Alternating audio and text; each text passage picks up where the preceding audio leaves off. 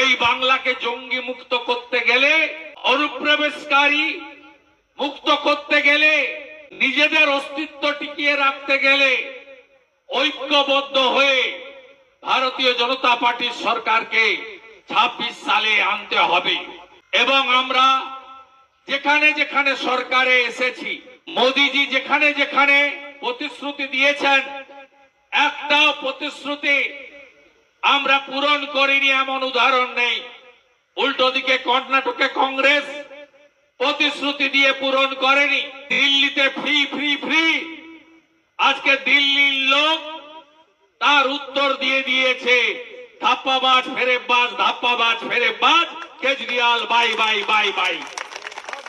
এই নির্লজ্জ দোকান কাটা তৃণমূল কেজরিওয়ালকে সমর্থন করে তাদের পার্টির নেতা শত্রুঘ্ন সিনহাকে প্রচারে পাঠিয়েছিল।